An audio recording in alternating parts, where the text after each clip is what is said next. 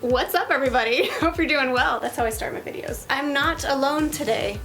Guess who it is? You probably already know, but just in case you don't know, we have Kelly and Miranda of Zynnyme. Hey! Would you like to introduce yourselves? Yeah, I'm the Kelly. I'm the Miranda. We started a thing called Zynnyme now like 13 years ago. Wow. And we've been helping therapists start and grow solo and group private practices since then, and it's been quite the adventure. And then when we found out that we're only 30 minutes away from you, and we don't ever get to do much in person, No. we decided, let's do something with an actual human Yes. in the room. They've been here for a bit. They just helped me clean up my coffee that I spilled and trying to set up my camera. So I feel like we just got a little bit closer than I had bonded. prepared for. We bonded. They came all the way over here to my place, which always feels like, thanks for driving. They're here because they interviewed me for their podcast, so I'll make sure whichever one comes out first, it'll be linked below if it's out. But then we're like, hey, let's see what else might happen, and we'll put it on my channel. And one of the things that they have a lot of expertise on that I don't is group practices. So I think that's maybe what we're going to talk about today. Yeah, for sure. I don't think group practice is for everyone. Say more about that. I think that our culture is set to always look for more. And there is something about enough. And every business owner is going to encounter what is your enough point. So when people come to us to ask about group practice, we first always start with, have you leveraged what you've already created? Because if you haven't, you're going to replicate issues, you're going to have a foundation that's cracked if you are going to do that group practice. So you always first look at your solo practice and make sure that you've maximized it, you've streamlined it, that it's the most easeful thing, and that it is enough for you. And it is okay if you decide, actually I'm really happy with my solo practice. There's not a hierarchy here. It's not like if you have a group practice you are a better business owner. You have to feel really called or interested in and drawn to that desire of growth and scale, of caring for not just your clients but for a team, because you have an opportunity to influence the industry. I think the other thing that I see a lot is when you ask people, well, why group practice? Why are you considering it? And they say, well, I'm not making enough of an income right here with my practice. And you say, okay, well, are you full? Yeah, no, I'm full. I'm actually over full. But you know how insurance reimbursements are. You know how people don't pay, or you know about sliding scale. So they've created this dynamic that even if they're working as much as they possibly can, that their income isn't sustainable. So what's going to happen if they go and hire someone under that model? What are the odds that that person is going to be paid a livable wage if you're already not paying yourself a livable wage? Right. And then you're going to add on all of these hours in addition. And so when we start a private practice, which is a business, let me just say that, like, a private practice is a business. And the amount of put people... it across the screen. It's a private practice is a business. Your boutique private practice is a business. Your quote-unquote part-time private practice is a business. Oh, I'm only going to see 20 clients a week, so that's a part-time practice. No, it's not, and that's a business. Whatever thing that you're telling yourself that you're trying to minimize this because it's kind of scary, I get it. But ultimately, like, this is a business, and it deserves your attention and you to be in relationship with it. And I feel really strongly that if you are, again, doing 15 to 20 clients a week, right? You're doing what I think to be full-time for most people, energetically. Some might be less, some might be more. That should be a full-time income for you, including vacation, including time off, including a little bit towards retirement. But like, if you're struggling to put savings away, if you have no retirement, if you can't do anything but paycheck to paycheck, if you're not taking vacations and sick time, and you're stressing when somebody calls to cancel their appointment, something's wrong with the foundation of your business. You cannot fix that by hiring people. In fact, what happens most often is that you actually end up working more and making less. We've seen people actually make way less. They'd be far better off being a solo practice. So one particular client that I had, coaching client, And she came to me, she had a group practice with, I think, 5 to 7 employees. Like, I forget off the top of my head. They were making $20,000 a year, and they were seeing 25 to 30 clients a week. No. Okay?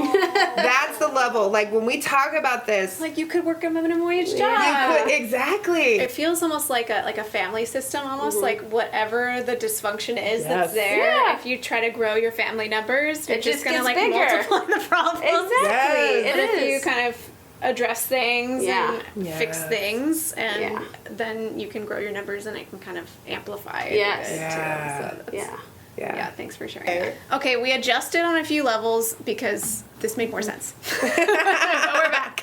They say that thing where like people get promoted like one job past what they're ready we have for. been promoted to that before. You're like, actually, We're promoted to the thing of their incompetence, right? Like, Yeah. you get promoted Yeah. to the whatever of your incompetence. yeah, let's say like for the person who has like the systems are healthy Yeah. and smoothed out, and like they actually want to do the group practice Yeah. thing. What are things that people maybe should consider to kind of help them figure out Yeah. if they're ready for it? Well, I think first you need to get some plans in place. So we always recommend starting with a vision. What does that group practice look like at its kind of, next iteration? Maybe you want to have a group practice that has a niche in like who you serve or how you serve. Like maybe it's an EMDR practice, or maybe it's working with kids. What is the vision? What is the impact that you want this practice to make on the community? And then who are the key people, and what skills do they need to have in order for you to bring them on? Then you can start working through the financials of what do I need to pay them? And this is a real big sticking point for me of the pay issue. That oftentimes people pick a pay and they don't ever think about the growth of the practice. We teach that when you set a pay for a position, you also want to create a pay scale. Because if I'm going to go work for a job, I want to know my potential income too, so that I can say, I'm worth sticking with. I offer pay, I offer maybe that you have a stipend or benefits or what you want to create. And maybe you offer training. Who knows? How do you want to care for your people, and finding out the numbers behind that. And then you can start moving into your marketing, improving that, tracking your call volume so you know when you're ready to hire. There is nothing worse than hiring someone being like, okay, I've hired you. In a month, I'll have a client for you. You don't want that. You want someone to come on and have clients to see. Yes, amen to that. Because I hear that story so much. Yes. The way that therapists often do projections is, I'm just going to be really kind about saying it's just completely wrong. It's this place of, well, I charge $150. If I give them $100, then I'm going to make $50 per client. No. So like, I'm sure there'll be some expenses, but it'll be fine. That is not the way to do the numbers. In fact, for our clients that go through our program, we have a whole piece of software that we give them, and they're shocked at the amount that goes into sweat equity, the amount of time, payroll taxes, regular taxes, the expenses, the expansion expenses, the software that you need, the fact that you need to provide them a computer and whatever they might need for virtual sessions and all the rest of it. And so they'll actually go in and put in a projected payroll, and then it turns red when they go, oh, actually, I'm going to be paying this person to work. And you gave some tips too, because that's what I was thinking. Okay, there's a lot of calculations, but like, how do you know what to calculate when you have these resources? Yeah, we have a calculator. I think we also talk a lot about why we don't encourage percentage-based splits with you and your staff. We don't encourage contractors. In the state of California, you definitely can't have a contractor. It's very, very hard. So we really encourage people to understand the labor laws and to understand the percentages, because if you are taking in consideration taxes, when people are doing 50-50, 60-40, 70-30, they're really creeping into not making a profit. It's pretty challenging. And then people say, well, then I can't pay people well. We want to help people find the sweet spot of those numbers where the clinician is paid well, the therapist that owns the practice also is making a profit, but not exploitive, but that makes sense for the effort put in and the work that they're providing for that clinician.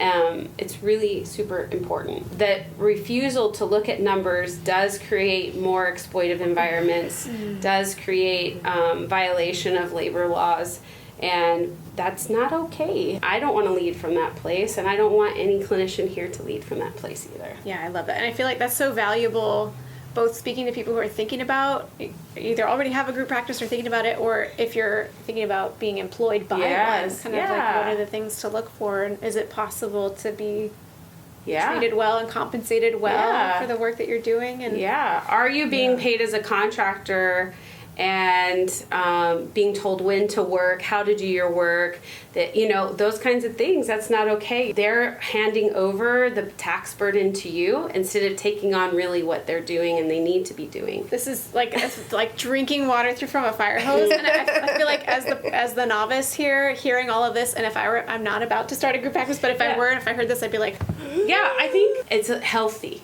Yes. It's healthy. If you're not a little bit like, you know, that is a protective mechanism of our mind to say, like, that's a good thing that you feel that way a little bit, because it is a big responsibility and it can be freaking amazing. Like, you're creating a container, you're creating a team, you don't feel so alone, there are people that you can consult with, and there's a lot to learn. And some people think, I'm just gonna hire somebody and make, but it's an investment. You know, it's an investment in people, it's an investment in your community. If you're someone who is like, you know what, I don't really know how I got full, I don't really know how people find me, well, you might only have enough of that in your practice for one person. That might not fill another clinician. You want to know how people found you, so that you can decide what shifts you need to make, so you can fill up your clinicians, however many you decide to hire. I promise you're going to save so much time and energy by doing this the right way than if you go down this path and you start making the wrong hires, and if you start bringing in the wrong scenario. Okay, so let's say I am that person that's like, I want to do it right. Mm-hmm. I've checked my boxes. I'm in the right place to pursue becoming a group practice owner. Where do they go to find these resources? Like, where should I go to make sure I'm consulting someone to like do it right? And feel free to plug yourself. No, I'm gonna plug us a little bit. So at zynnyme.com, if you click on free, we have some free trainings on various things, and one of them is called Group Practice Finances. Perfect. And this is one of our favorite trainings. So this free training dives into all the things that you need to understand about group practice finances and what numbers you should be tracking on a daily, weekly, monthly, quarterly, annual basis, and really gives like a crash course in what are all the pieces. And I think that is one of the best starting points. And then, of course, we have our business school for therapists that does both for solo and group practice, and it's rad, and you'll meet amazing group practice owners and solo practice owners from all over the world. But that's where you'll find the calculator. Yeah, that's where you find the juicy stuff. That's where you find agreements. That's where you find how to lead, how to interview, job descriptions, hiring, onboarding, like all the how things. How to fire someone, how to fire them, the checklist after they leave. We have 300, 500, something crazy amount of like step-by-step lessons for every single aspect of private practice. That's amazing. I will link to all of those things below. Okay, wow. When I asked them if they knew about group practice, and they're like, we know some stuff. But they know some stuff. So, yeah. Just to plug this part, that there are some like basics, right? Money, plan, all that. And then on top of that, it all has to align with you. So your heart, how your brain works. You know, we have a lot of leaders who are neurodivergent, or just like their personality, like making it fit for you. Yes, we need math. Yes, we need legal documents. But at the end of the day, it has to align with your heart and make sense for how you work and the way you think. And it's got to feel good in your body. That's what we want for group practice owners, to feel completely aligned, of like clear, like this is what I'm creating. I own it. It reflects me, and I lead with my heart at the end of the day. Yeah, I love that you said that. I agree. And it feels like all that technical stuff is just like we don't need that holding us back, No. so that we can just focus on Yeah. like, is this what's right for me, and Yeah. and all like, is this aligned? And thank you so much for your time. I feel like I got them sitting for so long and sharing so much information. We love it. Do you want to plug for anyone?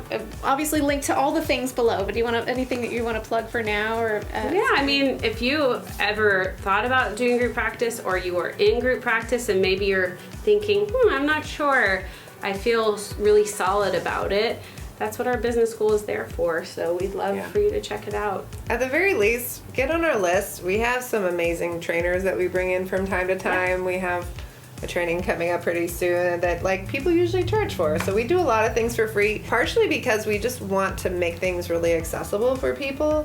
And then we don't have to feel any guilt for the things that we do charge for. So we have lots of free trainings there. So just check it out. I love that. Okay, well, thank you so much for coming on. for having so us. appreciate it. Yeah, and so much such good fun. tips. I'll take notes while I'm editing it later. Perfect. Well, thank you so much. Thank you. And scene.